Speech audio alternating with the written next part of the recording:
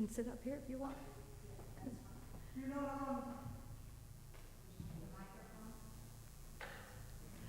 Are you sure? I was talking to them, not y'all. So welcome. And some people, I think, are joining us by YouTube, and 10 people on YouTube. And for them, if you want to join the chat later on during the Q&A, you can look for the chat instructions either to the right or to the bottom of your YouTube screen. You have to log in. And we're really glad you've joined us for today's program. There's a lot of interest in this subject.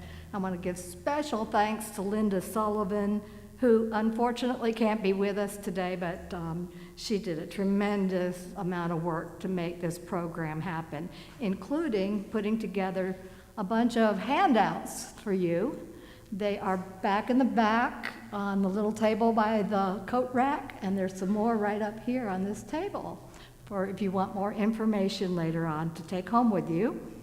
I also want to thank Logan Hamilton for being our tech director today, and the rest of our leadership team is Joan Masseri, Sue Beck, and Bill Haney, who are right back there, and me.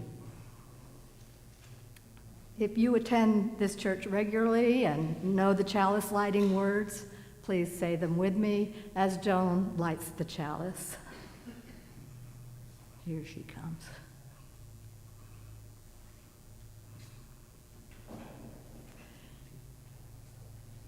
We light this chalice, symbol of our Unitarian Universalist faith, to remind us to connect in spirituality and service, to care for each other and the world, and to create loving community. Now, today's program, as I said, is of great interest to anyone who's ever wondered how to handle living arrangements in the future, whether for yourself or loved ones. Should I age in place where I live now, or move in with children or other relatives, or a senior care facility perhaps? Should I hire someone to come in to look after me? These are just some of the questions that will be addressed by today's speakers, who are here from Choice Care Navigators, a business that's been around for 9 years, providing geriatric services. It says Choice Care Navigators are a team of professionals who have worked in senior health care for over 20 years. They're social workers, registered nurses, psychologists, gerontologists, and care advisors, and they've helped hundreds of families by connecting them to their ideal senior health care solutions. Andrea Harmon is a senior care navigator. She's worked as a social worker within skilled nursing communities for 17 years before joining Choice Care Navigators. She enjoys being able to reduce the stress the families and seniors are facing by looking at each person's specific needs and how to best support their quality of life. Matthew Johnston spent over a decade working within retirement communities, with a majority of that career in sales and marketing. He recently decided to change careers and discovered geriatric care management while completing his master's in gerontology degree. He is now the administrative director of Choice Care Navigators, and this is what led to that position, where he has enjoyed learning about care management and helping families discover pathways to their future. I will now turn it over to our guests.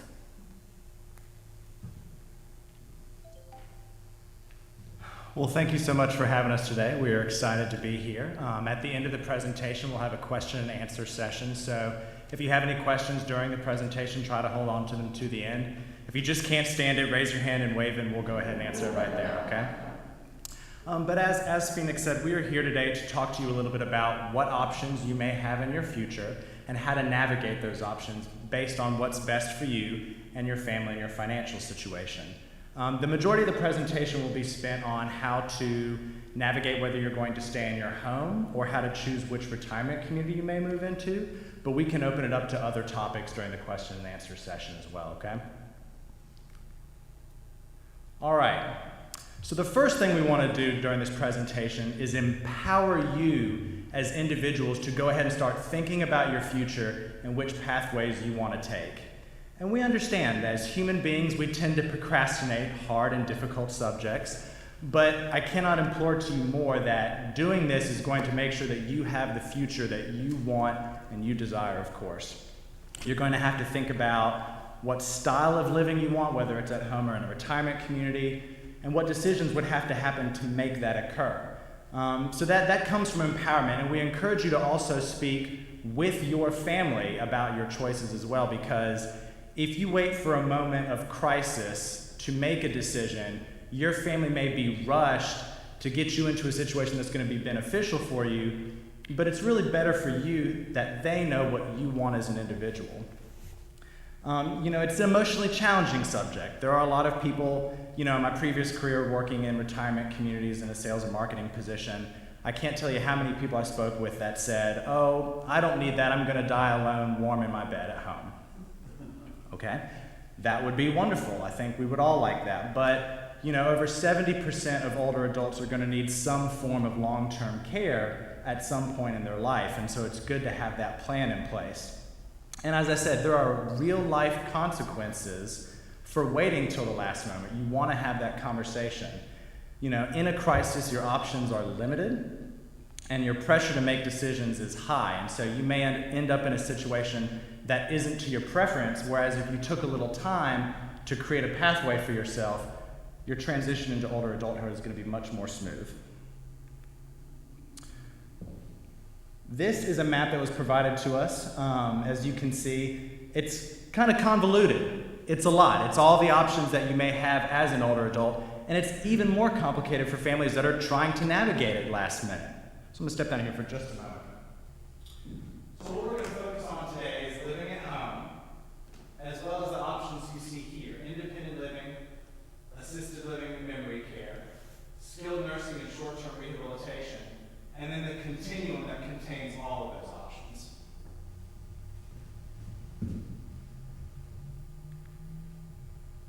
Staying at home. So a number of older adults want to stay at home, age in place. They don't have a desire to move into a retirement community. And one of the things we do at Choice Care Navigators is we don't make a choice of where you go. We speak with you, we perform a needs assessment, and develop a care plan so that you end up having the choice that you want in your futures. Retirement communities aren't for everybody, but some people do want that social situation. So what we do is we figure out what's best for you and help you create that pathway. As such, aging in place in your home may require some modifications. If you've lived in the same home for a number of years and it's 2 stories with a basement, your laundry machines are in the basement, and your bedrooms are upstairs, it might not be the best situation for growing older. And so home modifications may be necessary. We're going to go through some of those. We like to employ universal design, which is inclusive, and it essentially means that anybody, no matter their ability or disability, can live within that environment comfortably. And so typically with a universal design, you'll see a no-step entrance, whether it's a ramp or just simply flat. Thresholds that are flush with the floor. A lot of times between rooms, you'll see a little strip. Those aren't absolutely necessary. They can be a tripping hazard, so we recommend to individuals we meet in their home to figure out how to remove those strips to help prevent a fall. 1-story living. We cannot implore more. 1-story living is going to be so beneficial if you wish to age in place. My own parents are 62 and 63, and they've already designed their home that they're going to age in place in. It's 1-story, everything's 1 level, doors are wide, bathrooms are easy to get into, no steps, etc. So you want to make sure that your places to eat, using the bathroom, and sleeping are all on 1 level for easy access. Your wide doorways, we recommend 32 to 36 inches wide in case you need to transition to a wheelchair at some point, and wide hallways as well. That way, if you've got a wheelchair and another person going, you've got plenty of space. Extra floor space. While it's 1 story, that doesn't mean it has to be small. We want you to have a lot of space so you feel less cramped. And so that way, again, as I mentioned, if there are people in wheelchairs, they have an easy ability to navigate that living situation. So here's some examples of the no-step entrance and doorways. And I should say that There are individuals that modify the home they're currently living in. However, there is an option to design and build a home for you to age in place in as well. So we're going to talk about a little bit of both. So you can see that these options are a little bit newer. This ramp here actually, it does go up a little bit, but it's smooth and continuous to the door, so no steps. And these are the spaces we were talking about between rooms. You see there's no strip there, so it's easy to transition from one room to another without fear of falling or tripping. Some home modifications that are easy to make if you've decided to either build a home or stay in the home you're currently living in. Comfort features. You want floors and bathtubs with non-slip surfaces so that as you age, it's going to prevent a fall, of course, while you're using the restroom or taking a shower. Handrails on steps and grab bars in the bathroom. I've seen grab bars of all shapes and sizes, and we're going to look at some in a moment. But I've seen them in retirement communities. I've seen them at home. Good lighting helps people with poor vision. So there are certain kinds of lights that you can install in your house that help with your vision as you age. Lever door handles. I myself live in an older home right now, and they've got those round knobs, and I don't even like them at my age. But as you get older, they're even more difficult, especially if you develop arthritis or something of that sort. And so we recommend the lever door handles. The rocker light switches, which you can see up top here, very easy to turn on and off by just pressing it, not having the little tab switch. And then you can see the lever on the lamp right here, which makes it much easier to turn the lamps on and off, of course. And then there are automatic lights that you can use through Alexa and all sorts of things. There you go. Phoenix is clapping. Yay, Alexa. Just to make it easier for you to live in your home. There's also something new that I've discovered recently, and as you know, as time goes on, technology is going to develop to make it easier for you to live at home. One of the things I've discovered recently is it's sort of like a life alert, except it's built for your home instead of a wearable device. So they put sensors all over your doors and inside your home. They don't use cameras and they don't use audio. But over time, the sensors will develop an understanding for how you typically go about your day. And if something seems off or you haven't gotten out of your bed or you've been in one spot for a long time, they call your emergency responder to come and check on you, or 911 to call the house and make sure that you're all right. So that's something new and interesting. So things are going to develop and change as time goes on, of course. So we were talking about staying in your current home and updating it for you to be able to age in place. And you can see this ramp is one of the ways you'll be able to do that. You may have seen this within your neighborhoods at home, but it makes it easy for somebody in a wheelchair to be able to get in and out of the home. This is really, really important, especially as you age. If you are confined to a wheelchair, but you don't have those ramps to get in and out of your home, you could become secluded or isolated, and that develops a whole other set of issues for older adults. We really encourage you to be able to transform your home to empower you to age the way you want to. Some more modifications you can see in the bathroom. This shower here, very easy to step in and out of. You've got the built-in seat right here. So it works for somebody that doesn't need a seat and somebody that does need a seat. This is a grab bar right here. You can't really see it because it's white, but it goes all the way across the shower. Now this one has a tub, which we don't typically recommend. However, if you do need a tub, you can either get one cut out or these grab bars were installed right here. They look really nice, but they're functional as well, which is really important. And you can see raised toilet makes it easier to get up and down off the toilet when you need to use the restroom, so that can be a modification you can make.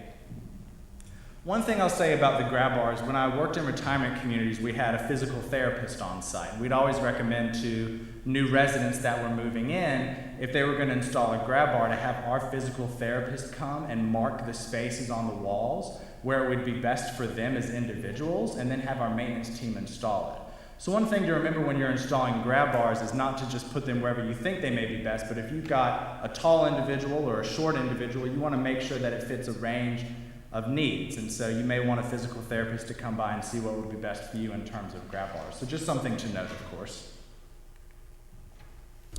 Help at home. So of course we've talked about physical changes to your home or to build a home that would be necessary to help you age in place. However, you're going to go through some physical and mental changes as you grow older as well, perhaps. And so there are a couple ways that you can receive help at home that you may find within a retirement community setting. Home care is one of those options. Home care is personal care, meal preparation, cleaning, things of that sort. Typically they ask for 4-hour minimum for caregivers to come within your home. I think it's 4 hours, right? 4 hours minimum. And really what would be best is if you had 4 hours or more, because that encourages that caregiver and that home care company to spend more time with you, and that way you've got one person coming instead of multiple people coming, or just a couple people coming. You develop relationships with those caregivers, which is really important for your quality of life as well. Home care can cost anywhere from $18 to $25 an hour. Now, costs go up all the time, so the next time you look into it, maybe $27 an hour. You know, these things change, but we typically find it's somewhere between $18 to $25 an hour. This can be paid for privately. VA aid and attendance can also help pay for that, so we're going to talk a little bit more about VA aid and attendance in a little while.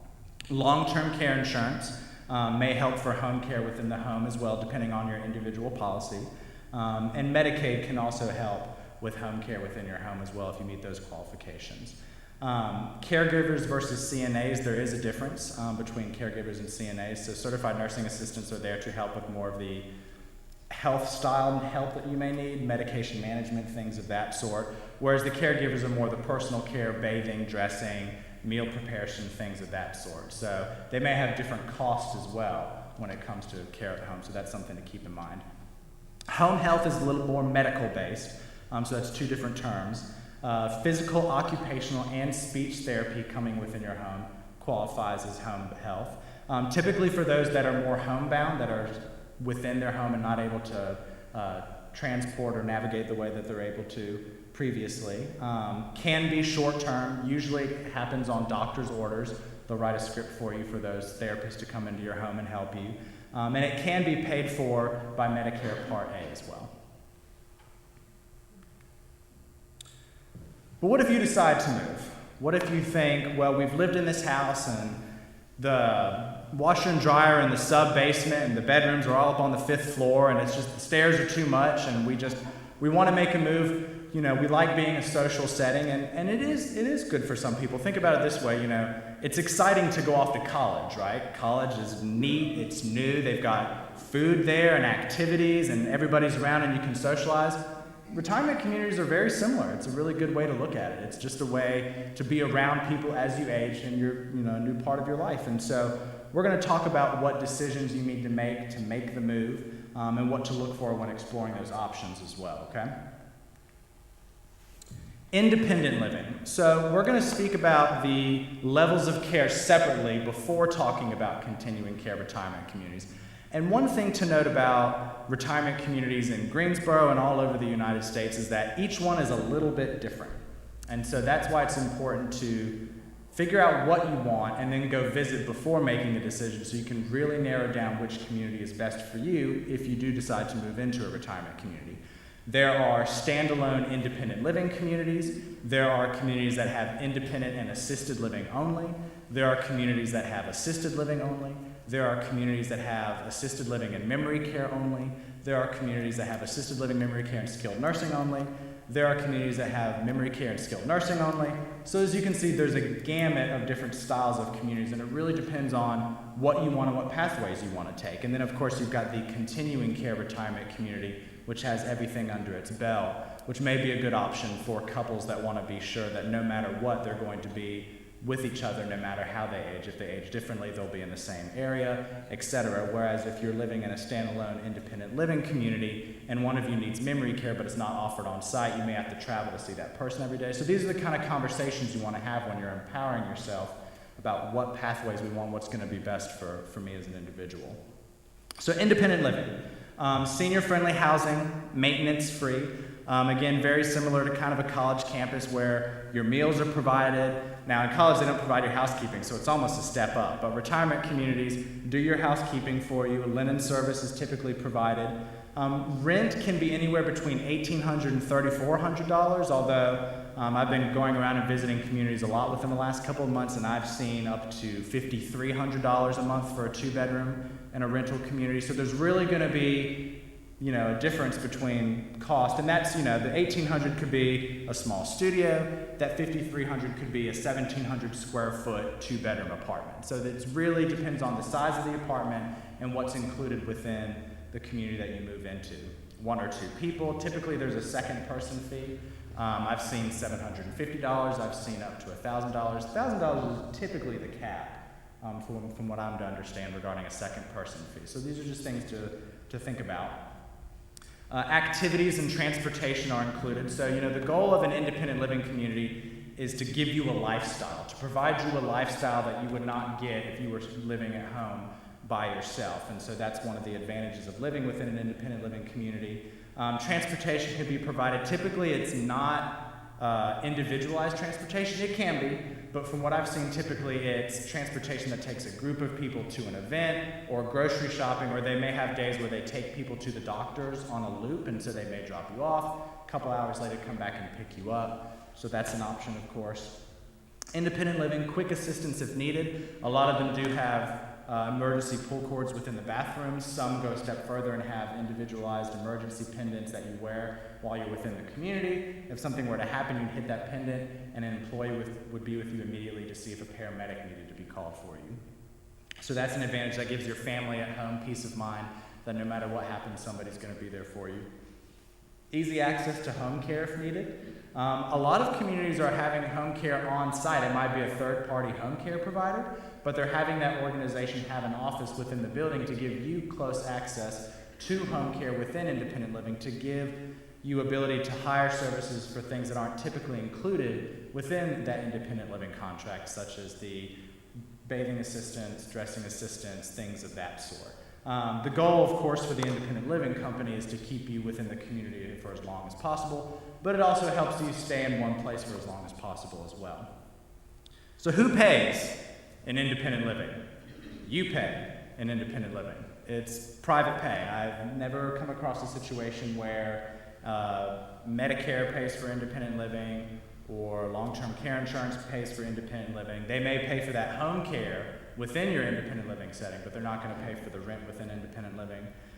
Veterans aid and attendance may come in and help pay for part, or even, depending on the cost, a whole part of that independent living, but you have to meet those qualifications. We'll go over that in just a little bit. But typically, independent living is private pay.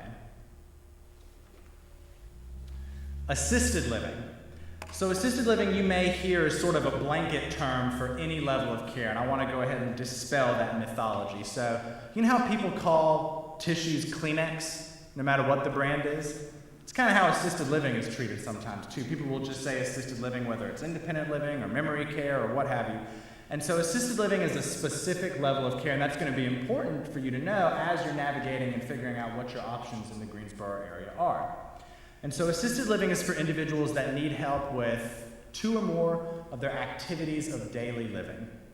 It's the fastest growing type of care because individuals may wait in their homes until they need assisted living and then move into that level of care. So more people typically need assisted living. It combines a home-like atmosphere with those needs for activities of daily living, as I mentioned. Bathing assistance, dressing assistance, grooming, medication management, incontinence care, transporting you from a wheelchair to your bed or to a toilet, etc. Meal preparation, assisted livings typically provide all 3 meals 7 days a week. Housekeeping, of course, laundry. But they also have those social activities that you enjoyed within the independent living setting, within the assisted living as well. So they've got those social activities for you to enjoy, exercise activities. You know, there's a number of different needs that may have somebody move into assisted living. So somebody may be perfectly physically healthy, but they are starting to change mentally a little bit, but don't quite need a memory care neighborhood, and so they've moved into assisted living. Or on the other end of the spectrum, someone may have perfectly clear mental capabilities, but physically they need a lot of assistance, and so you're going to see a wide spectrum of needs within assisted living as well. Therapy is typically offered within assisted living, that physical, speech, occupational therapy we were talking about. And then round-the-clock monitoring. Within independent living, you may have somebody at the front desk and possibly a security guard 24 hours a day, 7 days a week. But within assisted living, you're going to have CNAs 24/7. Typically, there's at least one LPN there all the time, 24/7. Would you say that's correct, Andrea? Yes, or at least access to it. Yeah, so, and that may be something that's important to you. So as you're navigating what assisted living is, there may be one with a similar price point to another, but one has an LPN or RN on duty at all times, registered nurse, licensed nurse practitioner on duty at all times, or the other community may not have that. So that may be something that's important to you. These are questions we want to ask, of course. So who pays within assisted living? So there's a number of different options. Typically within assisted living, it's different than independent living. So independent living, you're going to get that one charge for your rent, and it may be that some communities charge you more for meals, or they may charge you for home care if you have that. They're a little bit different, but typically there's that one set fee. Whereas within assisted living, you're going to have a base rate or rent charges and then care charges. Because there may be some assisted livings that have companion rooms or studio apartments or 1 bedrooms or 2 bedrooms. So that may be the reason that the rent is a different price. Whereas the care charges are going to fluctuate based on your individual needs. So rent charges are going to fluctuate between $2,000 or $4,000 and up, depending on the size of the apartment. And again, it's going to include everything that we just went over in terms of the housekeeping, meals, transportation, activities, things of that sort. Month to month is typically how these work. We're talking about rental communities. We haven't jumped into the continuing care retirement communities yet. Month to month. And typically they have a 14-day notice to move out. Some do have a 1-month notice to move out. So let's say that you had 3 choices of assisted livings and then you needed one, but all 3 of them were full. So you moved into that 4th option with the knowledge that you were going to move into a different assisted living when availability came. You could have that 14-day notice in your back pocket, speak to the other assisted living, hand that notice, and then move. There's all sorts of ways you can navigate it, but these, again, are things to think about. Care charges can range anywhere between 0, which is the luckiest number, and then $3,000, or even more, depending on the community. There are communities that include care charges within their rent. Sometimes that does happen. Some have different levels of care, and so what they'll do is they'll have a needs assessment with you before you move in, and they'll figure out how much help you need on a regular basis with which activities of daily living, how many times a day, how many people it would take to help you. And then they'll put you in either care level 1 or 2 or 3 or 4. And again, every community has different care levels, so it just depends on their individual spectrum. Some communities also have a la carte pricing.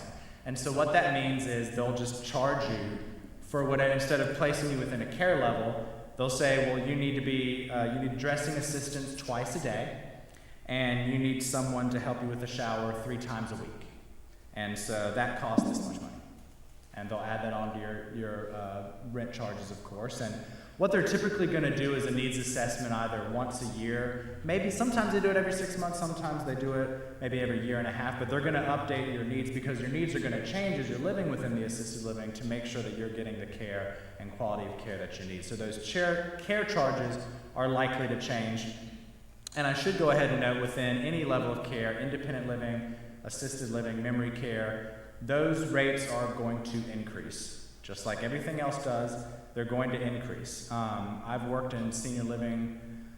I had worked in senior living for over 10 years. I've seen everything from 1 to 2% to 3 to 4% to 5 to 6%, depending on the management company and how new the community is and things of that sort. So we're going to go over a list of questions you're going to want to ask when you go visit these communities, and that's definitely one of them. So just keep that in mind. Who pays for assisted living? Not Medicare. This is a shock to a lot of people that Medicare does not pay for you to move into assisted living, but in its current state, it does not. Assisted living can be private pay. Long-term care insurance can pay for assisted living, but you're going to want to read those policies carefully because a lot of the policies that were developed in the 60s and the 70s, the language within the policy specifically states nursing homes, which does not apply to assisted living. That means skilled nursing facilities. So you want to really be careful and read those policies. If you haven't looked at them in a while, I definitely recommend opening them up, reading them, calling your representatives, and asking for an explanation of what certain things need. So those long-term care insurance policies can pay for assisted living. VA aid and attendance, that's Veterans Aid and Attendance, can help pay for assisted living costs. And again, we're going to go through that in a little more detail in just a little bit. Medicaid with special assistance can pay, I'm going to clarify this, can pay for some assisted living cost. Now, for assisted living, your income to be able to receive Medicaid for assisted living, your income has to be below $1,247 a month. If you make $1,247.75 a month, no. They will say you make too much. So your income has to be below that amount, and your assets also have to be below $2,000. So this is something to keep in mind. If your backup plan is to use Medicaid to move into assisted living, I would create a plan. I would make sure that that's something you're going to be able to do when you need it, because a crisis can occur and you might need assisted living sooner than you think, and then that option isn't at your disposal. So I'd be very cautious if that was going to be your plan, would be to wait for Medicaid to move into assisted living. Memory care. So memory care is for individuals who have become disoriented to time and place. They may not recognize family and friends. They might be a wandering risk factor, and they have been diagnosed with Alzheimer's, dementia, or another memory-related disorder. And so they're going to have the same services and pricing structure as assisted living. However, it's going to be just a little bit more expensive because the care is more intense for those individuals. And so the rent can be between $3,000 and $6,000. Care charges can be between $0 and $3,000. They're secure buildings. Memory cares typically have locked units. So if I was an individual and saw this door, I wouldn't be able to leave with my own validity. Now, a lot of communities have outdoor areas where individuals can go to in a safe manner with tall fences so that they can be outside and enjoy nature. But the idea is that you don't want that individual to be able to wander on their own and hurt themselves because they're disoriented to time and place. There's going to be a lower staff to resident ratio, meaning there's going to be more staff members per resident, which is going to be really, really essential for that individual's quality of life and the care that they need. A lot of the staff is specially trained to handle individuals with Alzheimer's, dementia, and other memory-related disorders. There are a number of different training methods. Naomi Fail developed the validation method, which is really popular. There's a number of different people. Teepa Snow is really popular in training Alzheimer's and dementia caregivers. So a lot of these communities invest in their employees to make sure that they have the know-how and the skills to be able to care for those individuals. Who pays? Same sources as assisted living. Again, Medicaid is an option. However, your income, it's a little bit higher this time. Your income has to be below $1,580 a month. So if you make $1,580.01, they're going to say, nope, you make too much money to use Medicaid. And your assets have to be below $2,000 as well. A word of caution about Medicaid. There is a difference between being Medicaid certified and whether they will accept an individual with Medicaid. So there are communities that will allow an individual to walk into the community having never lived there before, being on Medicaid, but it's very, very rare. It's very, very rare.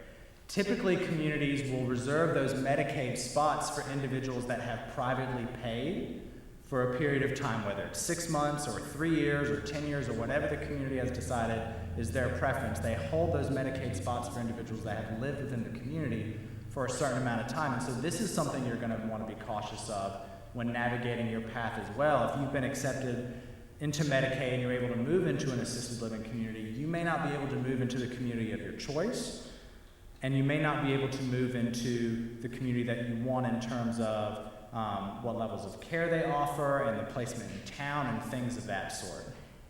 The private pay wait times, we talked about that, and the rules are constantly changing as well. So if you go to a community and they say, oh, well, if you pay here privately for 6 months, we'll let you switch to Medicaid when necessary.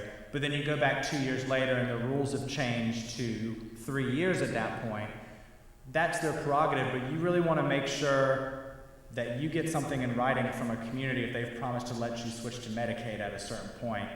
And that may not end up being enough, but you still want to go through the process of getting something in writing when it comes to using Medicaid within retirement communities. And again, your options may be limited. Because this is being paid for by a government program, it may not be the quality of community that you desire, and so that's something to think about when you're navigating your pathways as well, okay?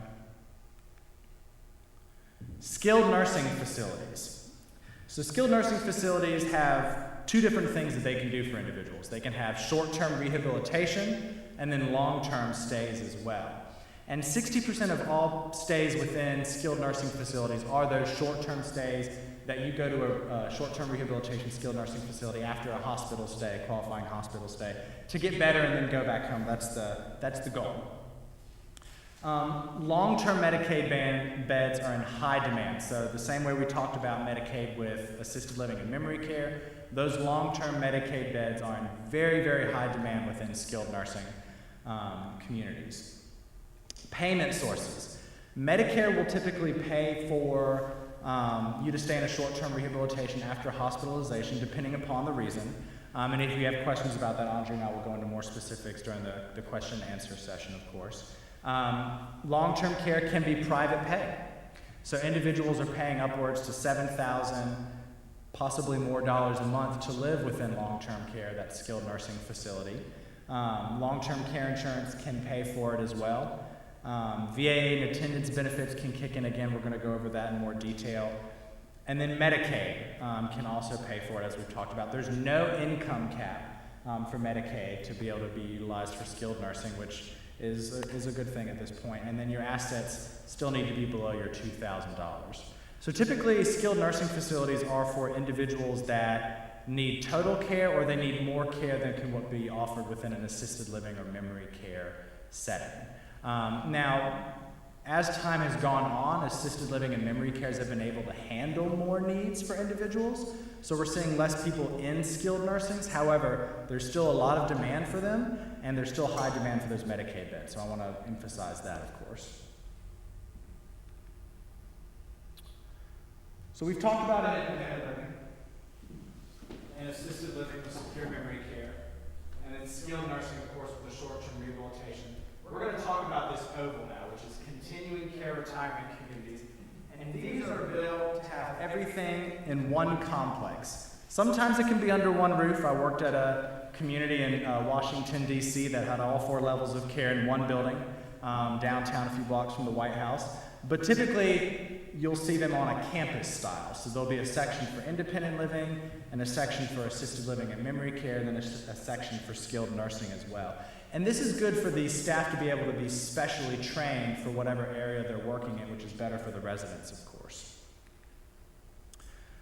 So as I said, they've got everything under one campus. The business model of continuing care retirement communities requires an upfront, what they call an entrance fee to move in. I've seen anything from $85,000 to $475,000, possibly more, depending on what you're moving into, where the community is located, etc. So sometimes you'll see the entrance fees will be smaller if you're moving into a studio apartment, or they'll be larger if you're moving into a villa home, essentially possibly a 2-bedroom, 2-bath home on the campus where you still get all the services of independent living, but it's in an individual house. This can occur within a lot of communities, of course. And those entrance fees can be partially refundable. So sometimes you'll see a community has a standard entrance fee, and then maybe a 50% return of capital or a 90% return of capital, something of that sort. And what that essentially means is your entrance fee will increase. If you're a standard, or if you're in a 50%, it's going to be more money. If you're a 90%, it'll be more money. But the idea is that if you've signed up for one of those return of capital plans, you're guaranteed legally in the contract to receive 50% of that entrance fee back no matter what happens or how long you've lived there, or 90% of that entrance fee back no matter what, no matter how long you've lived there. And then traditionally the standards will decrease up to a certain point, and then you won't be able to get any of it back. So this is something you'll want to talk about with your family depending on your finances and what steps you want to take as well. But we can go into a little more detail about that in a moment if you'd like. Now, you would think I've just paid all this money up front. There are, no monthly fees, right? No, still monthly fees. So there are still going to be monthly fees, and again, it's still going to range from that $1,800 to $4,500, depending on how many people you are and what community you're in and things of that sort. It's going to cover all the things that we went over within independent living, assisted living, memory care. All those things are still included, but what you'll find with the continuing care retirement communities, because they have more assets at their disposal, they're able to offer you a lifestyle that you don't typically see within other levels of care. So they may have a golf course attached to them, or they may have a brand new state-of-the-art theater attached to the community. There's all sorts of different things, and they have that because of those entrance fees. So just something to think about. You will be financially qualified prior to moving in. So what they're probably going to do is part of the process. They'll give you a financial application and you can fill it out, or your financial advisor can fill it out. Some will ask for more in-depth concrete paperwork, some will not. But you'll go through that financial qualification, and they will also do a nurse assessment before you move in to make sure independent living is the appropriate level of care for you. And I should mention this as well, it's very important. Typically with the continuing care retirement communities, the idea is that they want you to move into independent living. It's very rare, I'm not saying it's impossible, but it's very rare for a community to allow you to move into a higher level of care, that assisted living, memory care, or skilled nursing, and bypass independent living. It can occur if their census is down or something of that sort, but I would not count on that as being part of your plan. If you're considering a continuing care retirement community, I will empower you to make that step and move into independent living so that you and your loved one, if you're a couple, can stay with each other throughout the course of your aging process. Now, some are very strict. There are continuing care retirement communities that will say you have to be 100% independent to move into independent living, and if you need anything beyond what we provide in independent living, you are not allowed to move in, and neither is your spouse. And then there are some that are more understanding and will say, well, we've got home care on site, and so you guys are moving into independent living, and we feel you'd have a good quality of life if you move into independent living, as long as you hire these home care services to provide this, this, and this for you. And so everybody's a little bit different. And additionally, they also have wait lists. So if you've done any research on your own, a lot of the continuing care retirement communities in Greensboro are expanding. They're building new apartments, new villa homes, but typically those are filled by people on the wait list. The wait list can be anywhere from a year long to 3 to 5 years long. And so if you've got a specific community that you have on your mind, I would recommend looking at it right now, seeing what their wait list is like, and going ahead and signing up. Because typically, if you're not ready and they call you on the wait list, they'll move on to the next person. Some will move you to the bottom of the list. It depends on their own individual policies. But it's better to be on that list ahead of time than to be scrambling to try to get on it if you need to move suddenly. The other talk. So we talked about this a little bit. There is a value to stepping up into these conversations with yourself, with your spouse, with your family members. You know, as I mentioned, human beings, we're hesitant, we procrastinate talking about difficult subjects. It makes me think about another talk that occurs while you're aging.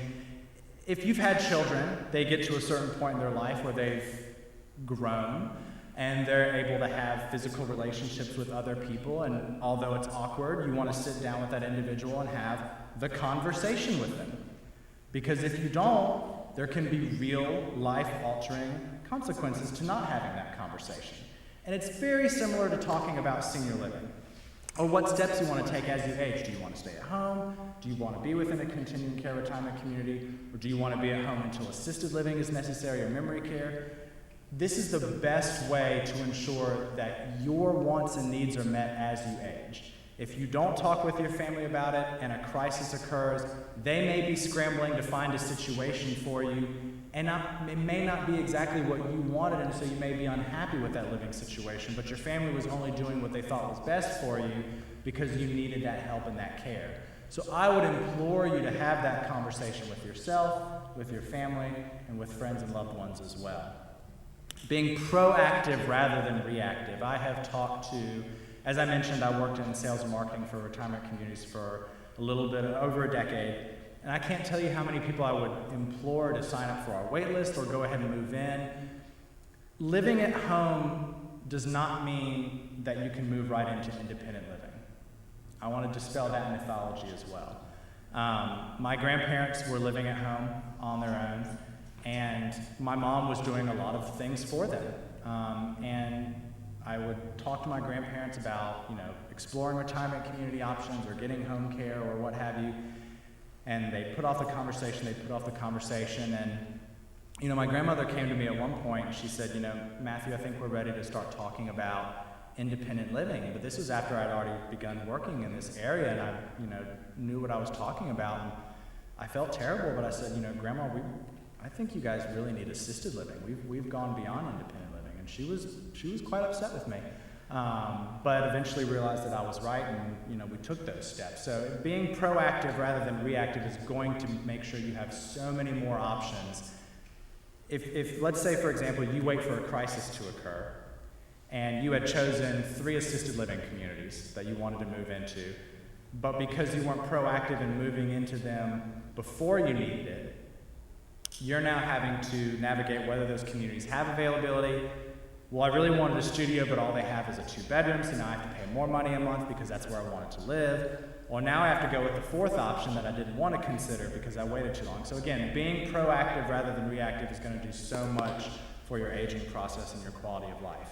And again, we just want to empower everybody to cope successfully with the changes that they are going through in this stage of their life. Just make it your own, lean into it, it'll be much smoother. All right. Questions to ask. So, as you navigate these processes, what questions do you want to ask? Where do you want to live? If you're living at home, what modifications would needed to be made to stay at home? What will those modifications cost? What does home care cost in your area? How much will we pay for this? So as you navigate these questions, you may find that it's less expensive to move into that retirement community, and you end up finding one you like and it's a good choice. So again, that's why it's good to ask these questions and not just assume, I'll live at home and handle it as it occurs. In a community, if you're thinking about moving into a retirement community in general, where? Do you want to move near your adult children, or do you want to stay closer to your current home?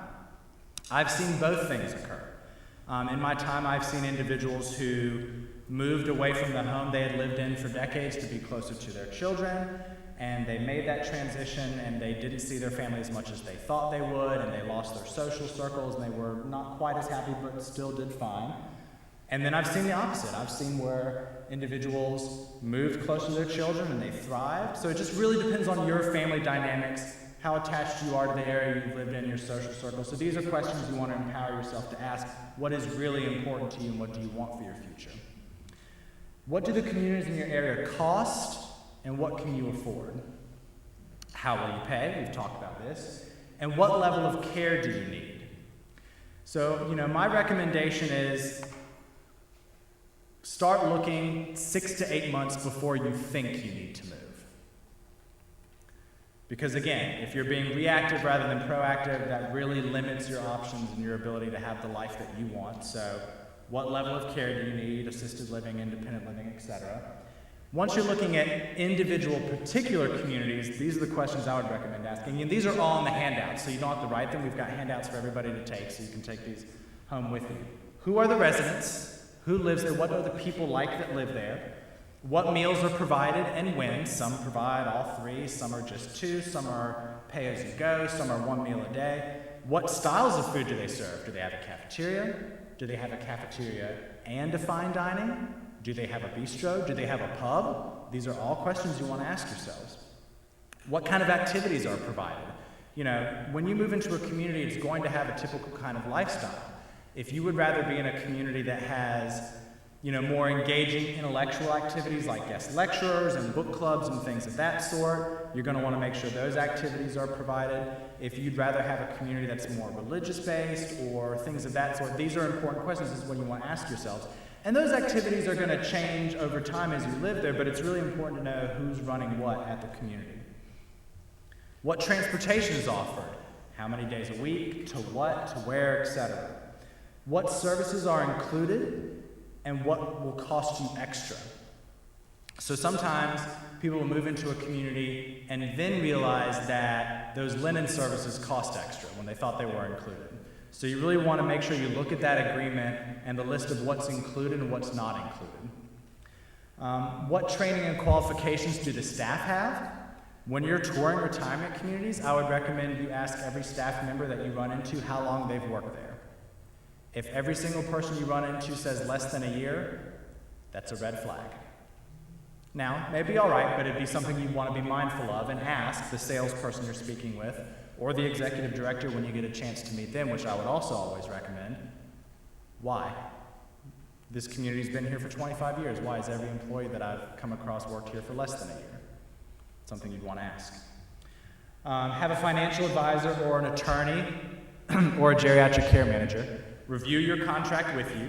I've looked at plenty of these contracts in my career. I know exactly what to look for, what means what, etc. So it's good to have a professional look at those contracts. Can we talk to some references? Ask the salesperson to provide you some references. And then this one's really important to me. What is the relationship with the current management company of the retirement community? You may not think this is important, but management companies come and go. There could be management that's been there for 10 years, and then the building is sold to a different owner, and all of a sudden, a new management company comes in. It can mean that the community can improve because they're bringing in more resources and more staff members. It can also mean that that company just bought a community, and so they're kind of cut back on costs a little bit, and so they might reduce the staff just a little bit. So you want to ask what the relationship with the management company is, who is the management company, and then do some online research about that particular management company. Calculate the cost. I would recommend writing this down. Genworth Cost of Care Survey. If you Google that, it will take you to a web page that can help you estimate the cost of care both now and in the future anywhere in the United States. You type in your zip code, and it brings up the average pricing of whether it's home care, assisted living, skilled nursing, within that area, and you can move the little lever from now until, I don't know, 2060, something like that, and it'll tell you what the prices will be at that point. Very important to help you plan financially. Choice Care Navigators. We've got just a little bit of time. I want to tell you who we are really quickly, and then we'll go into a question and answer session. Choice Care Navigators, our team of social workers, nurses, gerontologists, and care managers have helped hundreds of families navigate the senior health care system within the Greensboro and surrounding areas. We connect family with healthcare solutions and take the stress out of caring for your loved ones. So some of the services we can provide, this is not comprehensive, but some of the services we can provide is to help you create a complete care plan. We can manage third-party caregivers. So if you've decided to stay at home and hire home care, but let's say your family lives out of town or they're working full-time and they're busy, we can be hired as care advisors to come in and make sure that that home care company is providing you the quality service that they're supposed to, that the caregivers are doing what they're supposed to be doing on a regular basis, and set up a system of checks and balances to be sure that you're getting the quality of care that you deserve. It can help you locate the right providers, make calls and deal with paperwork, including Medicaid paperwork. We've done that before. Make regular well-being visits to individuals. We can evaluate your needs and solutions to those needs as well. We can accompany you to doctor's visits. This is a great one for people whose families are out of town. We can accompany you to the doctor, take extensive notes, ask appropriate questions, and then send a summary to your family after that doctor's visit to make sure they're in the loop for what's going on with you currently. And then send regular reports to the family, as I just talked about, and a lot more. Do we have any questions for Andrea and I about what we've talked about? Yes. What's the average age or age range for people moving into a retirement community? That's a very good question, and that answer will fluctuate based on the community you're moving into. So typically, you'll find individuals from 65 to about 100 within retirement communities. And I know that's a wide range, but the reason I say that is because we're entering the baby boomer generation of older adults. And these baby boomers did a lot of looking into retirement communities for their parents and learned about the advantages. So we're seeing individuals in the baby boomer generation move into retirement communities sooner than their parents' generation did. So you're going to see that average age decrease a little bit because, like I said, they want to move into a social situation that's like a college campus. They've got stuff to do. They've got their food being served. Their housekeeping is taken care of. Their friends are down the hall. Transportation's being taken care of. Why not? And so you're seeing that average age decrease a little bit. Now, within assisted living, I'd say 75 to 85 or above, probably for assisted living. Now, it depends on individual needs, but... And we had, I'll stand up so we've had, Oh, I'm sorry. We've had some cases lately that have been late 50s that have been diagnosed with dementia. And we're seeing it more readily, being diagnosed earlier, and they're really starting to have some severe issues. And that has become more of a challenge because a lot of the communities would like you to be 65 at least before they would really want to admit you. And there are a few communities in Greensboro that have bent those rules a little bit. I think one is like around 60. So there's some different challenges that we are even facing as care managers that we weren't expecting. do you want to talk about veterans aid and attendance really quickly? Sure. While you're, I forgot to mention about veterans aid and attendance, so Andrea's going to go over. We can go over it together, of course, but typically it's for individuals that are 65 and older, and they have served 1 day in active wartime. That doesn't mean that they had to be in combat, but they served active duty during 1 day of wartime. The other qualifications are... They're starting to do like an income base, a little bit more. Is anyone in here a veteran or married to a veteran? Okay, great. Thank you for your service. So aid and attendance is a benefit that a lot of people don't know about, and it is for someone that has served in the military, and as Matthew said, you don't have to physically be in the war, it's just serving during wartime. But it does help pay for care in assisted living and skilled nursing. The only time I've seen it pay in independent living is if you are having services come in and provide care for you. It will help pay for that. But it can be anywhere from a little over $2,000 a month to about $1,500 a month.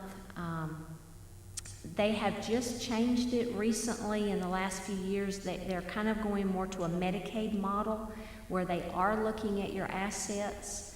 And I think it's about $115,000. If you're anything above that, you wouldn't qualify for the aid and attendance.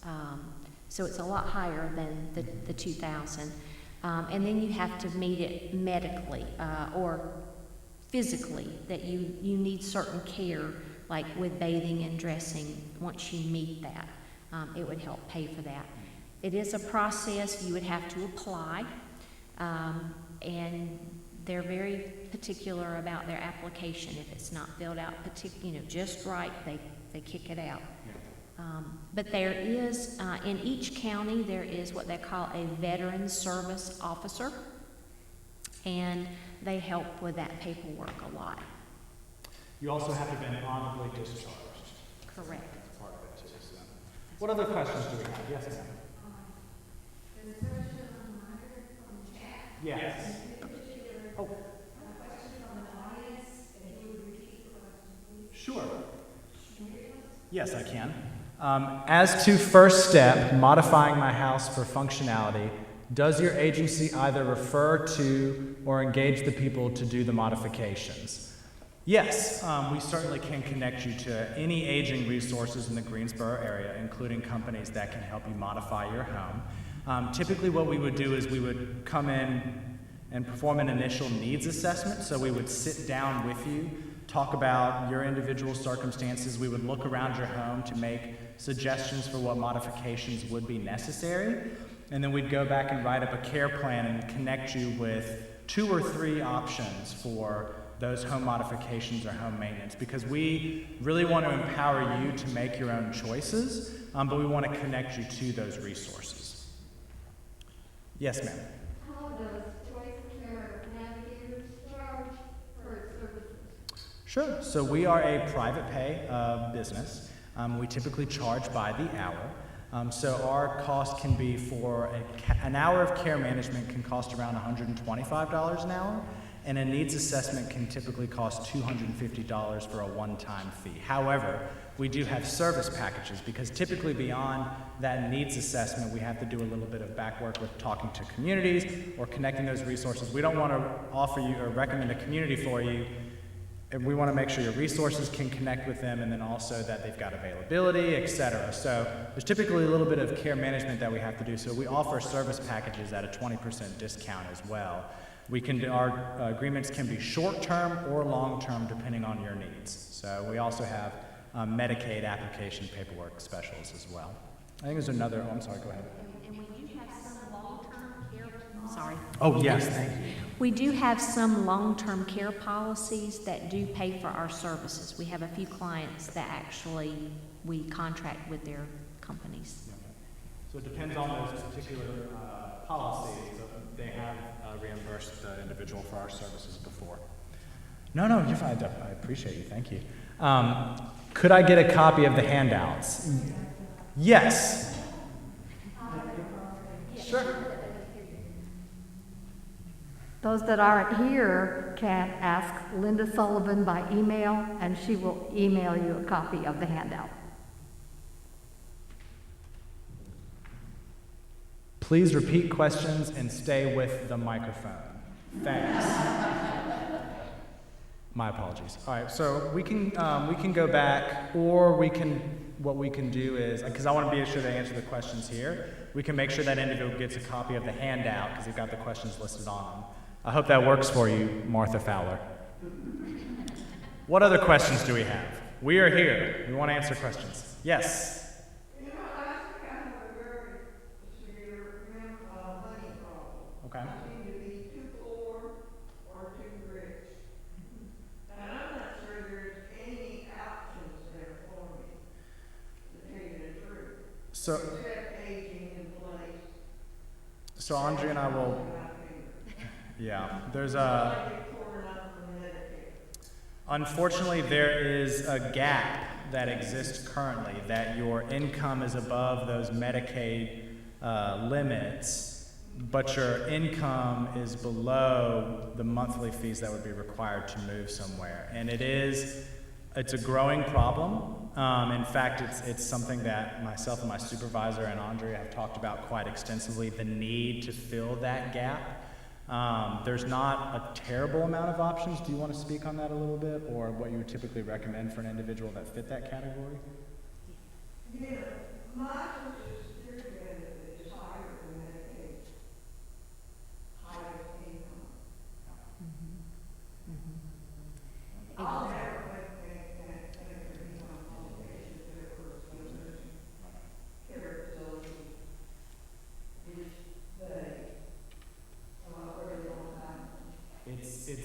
It's a growing problem, and as I stated, that gap absolutely needs to be filled.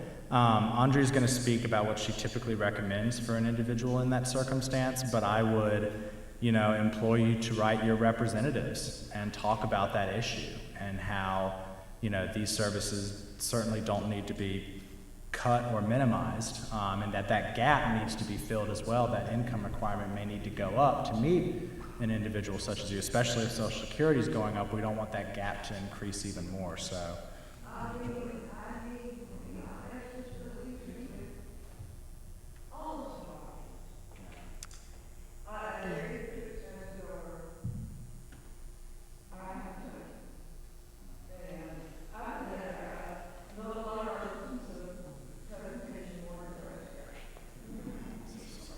That was not our intention. No. Well, and one thing you were talking about, you would never meet the income for skilled, for Medicaid. I think she did everything for everything but skilled. Everything but skilled. Is that what you were saying? Yeah, but my Social Security is higher than their limit. I will inevitably have a higher monthly income. Right. Monthly income is too high. My Social Security is higher than $1,500. Exactly. It's $1,800. Yeah. And that's a lot of the clients that we work with, their income is over the Medicaid limit for assisted living. And we deal with that a lot. And it is very frustrating as you're feeling, and we feel that too. And so we try to get creative to try to make it work for folks that are in their home until they do need skilled care. We also try to work on strategies that they go into the hospital. Sometimes we are able to get them into skilled care to do rehab and kind of help them bridge that gap and make sure that they can physically stay at home as long as possible. So sometimes we just try to be really creative, but it is really frustrating. And as we say, you kind of, there's like you fall in the crack right there. But don't get discouraged. Please don't, because we work with families and clients every day, and even though the money may not always be there, things always seem to work out. And it's knowing, because most of the families we start engaging with, they have no idea there's an income limit or that there's any availability for Medicaid down the road. So it's really understanding the strategies and kind of playing the game, as we say, to make things work at home as long as possible. How to maximize that home care that's coming in, or connect you with other resources. I'm sorry. Only practical switch hour basic place. Yeah. And I'm coming in and some are required for the Yeah. things that you are, and it could be easily, some of the things could be easily modified. Yeah. And that would be our recommendation, how to maximize the home care you may be getting to reduce the hours but broaden the impact that they have on your daily life, or connect you with resources in the area to transportation, food, things of that sort that are provided for older adults in the Greensboro area. Really try to figure out how to make it work for you and your situation. So that's something that we do on a regular basis as well. Yes? Does your handout provide a list of assisted living facilities that do not require you to go to their independent living first? I mean, I'm new to North Carolina, so I know about some of these continuing care communities. Yes. But I do not know about which assisted living places will take you off the street. Sure. So she asked if our handouts would have a list of communities where the assisted livings would let you move in if you didn't move into independent living or were standalone or what have you. And we did not provide a list of communities because it's our expert opinion that is not quite as helpful to you as you may think it is. And you may think I'm crazy for saying that, but every community is a little bit different. And the reason that when we meet with a client, we don't simply hand them a list of the communities and the pricing is because each one's a little bit different. We want to base it based on what's best for you as an individual. So instead of handing our clients a list of 15 communities, we hand them a list of 3 based on our conversation, their finances, what they're looking for, etc., so that they limit the amount of time they do searching, and we know that searching is going to have a maximum impact. And so that's why we typically don't provide a list of those, but we would be happy to connect with you and work with you in helping you find those situations, absolutely. Other questions?